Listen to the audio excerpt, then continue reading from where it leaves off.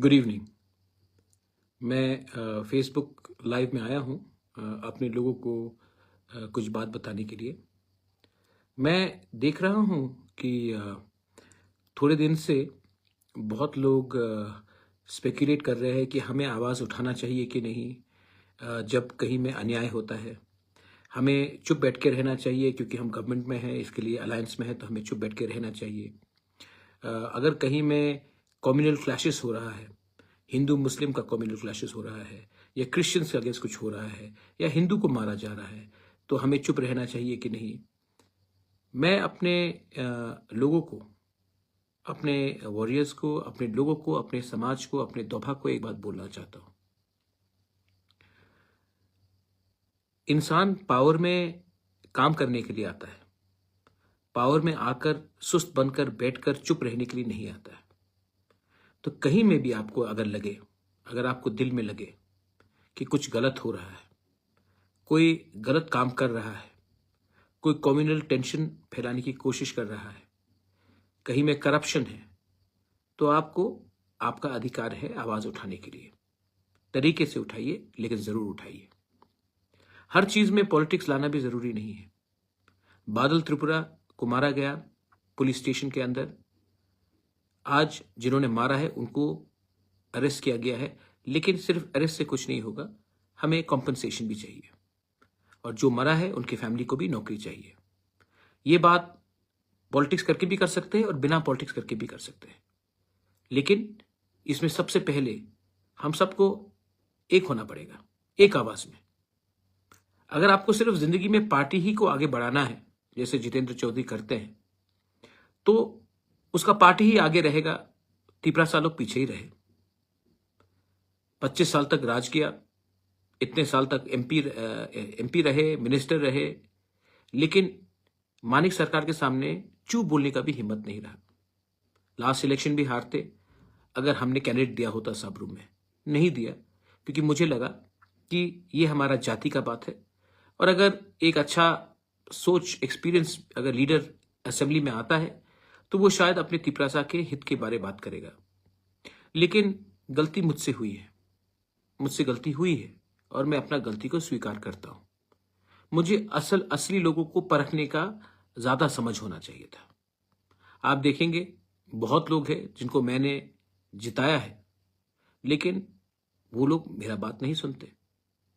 गलती उनकी नहीं है, गलती मेरी है, क्योंकि मुझे लगा कि एक तिपरासा को हेल्प कर सकता है। लेकिन आज समझ में आता है कि एक बुरा इंसान किसी का हेल्प नहीं करेगा, सिर्फ अपने बारे सोचेगा। एक स्वार्थ इंसान किसी के बारे नहीं सोचेगा, सिर्फ अपने बारे सोचेगा। बहुत चीज और है। अभी वीसी इलेक्शंस होने वाला है। मैंने उस दिन सुना कि जो हमारे ब्रू सेटलमेंट्स हैं वहां में वीसी का नाम नहीं दिया जाएगा। ये एकदम गलत बात है। आज अगर हम वो 13 सेटलमेंट्स में ब्रू को वीसी का एक चांस नहीं देते हैं, तो कल जब हम लोग नहीं रहेंगे तो कोई चांस देने वाला है? क्या गारंटी है कि फ्यूचर में क्या होगा? सब लोग बोलते हैं अरे वो उनका प्रॉब्लम है, हमारा प्रॉब्लम अलग है। नहीं, हमारा सबका प्रॉब्लम एक ही है कि हम पहले अपने बारे सोचते हैं, ना कि अपने दफा, ना कि अपने कम्युनिटी के बारे। हम सबसे पहले अपने बारे सोचते हैं, ना कि अपने देश के बारे, ना कि अपने राज्य के बारे। और आज जो हमारा परिस्थिति है वो इसलिए है क्योंकि हमने हमेशा खुद का एजेंडा पहले रखा और लोगों का एजेंडा को पीछे रखा। और ये बहुत इजी बात नहीं है। उस दिन मेरा इंटरव्यू हो रहा था, मैंने देखा है ईस्ट मोजो में मेरा इंटरव्यू हुआ। सब कह रहे थे, वो इंटरव्यूअर भी कह रहा था लोगों का क्या होगा, जो गरीब है उनका क्या होगा, जिसको नौकरी चाहिए उनका क्या होगा, उनके बारे अभी थोड़ा कॉम्प्रोमाइज कर दो। नहीं भाई, देखो मैं अपने लोगों को कुछ देना चाहता हूं, और अगर हमारे लोग नहीं समझते हैं कि अगर आज अपने बारे सोचकर आपने अपने कम्युनिटी को पीछे छोड़ दिया, तो जो चीज आज से 30-40 साल पहले हुआ था, जब हमारे लोग का पास चांस था एक अच्छा कल बनाने के लिए, लेकिन उस समय भी हमने कॉम्प्रोमाइज किया। और क्या किया हमने? कॉम्प्रोमाइज करके हमें लगा कि हमारा जिंदगी बन जाएगा। जिंदगी किसी का नहीं बना। 5-6 लीडर्स लोग अमीर हुए, 8-10 ऑफिसर्स लोग अमीर हुए, लेकिन 14 का 14 लाख तिपरासा लोग पीछे ही रहा। इसके लिए हमें खुद के बारे नहीं, जो हमसे कमजोर है उनके बारे में भी सोचना है। त्रिपुरा में हिंदू मुसलमान का बहुत टेंशन चल रहा है, बहुत लोग अटैक कर रहे हैं, रिटेलिएशन हो रहा है। मैं एक ही चीज पूछना चाहता हूं, हमें इतना प्रॉब्लम है बांग्लादेश से, तो बांग्लादेश से क्रिकेट मत खेलिए ना। बांग्लादेश तो कानपुर में आया, बांग्लादेश तो बैंगलोर में गया, क्रिकेट खेला हमारे साथ, हमने तो उनका स्वागत किया, अतिथि देवो भव करके हमने तो बांग्लादेश का स्वागत किया, और हमने तो कुछ नहीं बोला। बांग्लादेश में कितने हिंदू, क्रिश्चियंस, बुद्धिस्ट को मारे जा रहे हैं, लेकिन इंडिया ने तो स्वागत किया बांग्लादेश का, इंडिया में क्रिकेट खेलने के लिए। और हम लोग क्या करते हैं, बांग्लादेशी को तो हम लोग सबक नहीं सिखा सकते, बांग्लादेशी को तो हम लोग डंडा नहीं दे सकते, लेकिन हिंदुस्तान के नागरिक जो मुसलमान है उनको टारगेट करके आप अपने ही देशवासियों को टारगेट कर रहे हो। हिम्मत है तो असली दुश्मन से सामना करो और उसको सबक सिखाओ। देश के नागरिक को अटैक करके हमारा ही नुकसान हो रहा है। आज त्रिपुरा में हमारा कल्चर अलग है। त्रिपुरा का कल्चर जीसस, अल्लाह और राम के नाम में नहीं जाता, बुद्ध के नाम में नहीं जाता है, और हमें वो कल्चर को मेंटेन करना है। और जो गधे लोग, बेवकूफ लोग, जिनको लगता है कि त्रिपुरा में आग लगाकर हमारा डेवलपमेंट होगा, आप साइड बाय साइड मणिपुर को देख लो। मणिपुर में आग लगा तो आज कुकी भी दुखी है, मैतेई भी दुखी है, नागा भी दुखी है, क्योंकि जब अपने ही घर में आग लगाते हैं ना तो खुशी किसी को नहीं मिलती। त्रिपुरा एक छोटा स्टेट है और यहां में जहर नहीं फैलकर हमें प्यार, मोहब्बत और भाईचारा को बनाना चाहिए। रहा बात, अब मैं सुन रहा हूं कि यहां में क्या हो रहा है, वहां में क्या हो रहा है, मैंने बहुत चीज सुना है। मैं जानता हूं बीर त्रिपुरा, आपको शायद मेरा कॉकबॉक्स से प्रॉब्लम है। ठीक है, ये मेरा गलती है कि मेरे माँ बाप ने मुझे कॉकबॉक्स नहीं सिखाया, लेकिन मुझसे पहले भी बहुत लोगों ने कॉकबॉक्स बोला है। उन्होंने आपके लिए क्या किया? मैं ना बोल के भी मैंने आपके लिए बहुत कुछ किया, लेकिन यही तो प्रॉब्लम है। आपको, आप कान से सुनते नहीं हो, आंख से देखते नहीं हो, नाक से सूंघते नहीं हो, आप सिर्फ पॉलिटिक्स करते हो, आप सिर्फ किसी का बुराई देखते हो। किसी का अगर बुराई देखना है तो आपको भगवान में भी बुराई दिखाई पड़ेगा, और अगर आपको अच्छाई देखना है तो जो आपका शत्रु है, जो आपका दुश्मन है, उसमें भी you will see goodness. All religions, whether it is in the church, temple, Islam, mosque, monastery, they teach you to find a goodness in someone. सबके अंदर कुछ ना कुछ अच्छा ही होता है, लेकिन आपको अगर सिर्फ नेगेटिव ही चीज सुनना है, वेल बीर त्रिपुरा, आप नेगेटिव ही रास्ते में जाओगे। मैं आपके लिए मैं आपको खाना देना चाहता हूं, आप मुझे जहर देना चाहते हैं। आप मुझे मारोगे तो आपको क्या मिलेगा? आपको लगता है कि आप राजा बन जाओगे? नहीं। और मैं अगर आपको खाना दूंगा तो मुझे लगता है कि मेरा खाना कम होगा? नहीं, भगवान और आशीर्वाद देगा। ये मेरा थिंकिंग है। थिंकिंग को बदलिए। यंगर जनरेशन को चांस चाहिए, यंगर जनरेशन को रोल मॉडल चाहिए, यंगर जनरेशन को ट्रूथ चाहिए, और वो मैं करने की कोशिश करता हूं। बहुत बार थका हूं, मुझे इच्छा भी नहीं है कि मैं और ज्यादा कंटिन्यू करूं, लेकिन मैंने कमिटमेंट दिया है मेरे तिपरासा अकॉर्ड के लिए, और तिपरासा अकॉर्ड का सेकंड राउंड मीटिंग नवंबर 3rd वीक को हो रहा है। मैं ये आपको इन्फॉर्म करने के लिए आया हूं। मीटिंग फिर से दिल्ली में होगा शायद, और तिपरासा अकॉर्ड का सेकंड राउंड मीटिंग अब दिल्ली में होगा, और इस बार शायद एडीसी के कुछ ऑफिशियल्स भी इसमें शामिल होंगे। ये आसान काम नहीं है, ये काम बहुत मुश्किल है। निगोशिएट करना, बिना अपने बारे कुछ मांग के निगोशिएट करना, वो भी गवर्नमेंट ऑफ इंडिया से, 75 साल का जो गलती हुआ है उसको आज ठीक करना इतना आसान नहीं है। तभी भी मैंने अपना कोई भी डिमांड, कोई भी पॉइंट को डाइल्यूट नहीं किया है।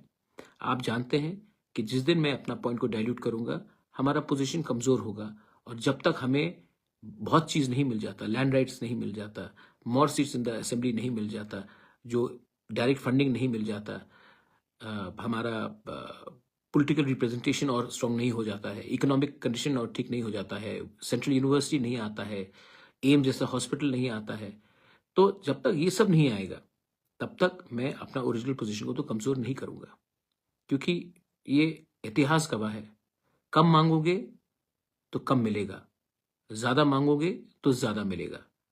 और अगर मैं कमरे में जाके बोलूंगा कि आप मुझे कुछ भी दे दो मैं खुश हो जाऊं, तब हमें कुछ नहीं मिलेगा। और मैं चंदा के लिए तो यहां आया नहीं हूं, अपने लोगों को फाइट करने के लिए आया हूं, अपने लोगों को कुछ देने के लिए आया हूं। मैंने नोटिस और एक चीज किया कि politics is not everything, politics should not be everything.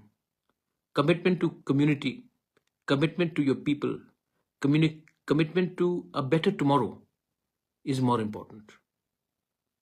And if you want a better tomorrow, don't play politics with your people. Don't play politics with your dobha. It will only make you weak. Strong countries, strong nations never fight with each other. That's why they can rule others. People who fight with each other always get ruled by somebody else. India, when it was united, ruled like a king. When Tripura was united, we ruled the lands far and across. But the day we became divided, somebody else ruled us.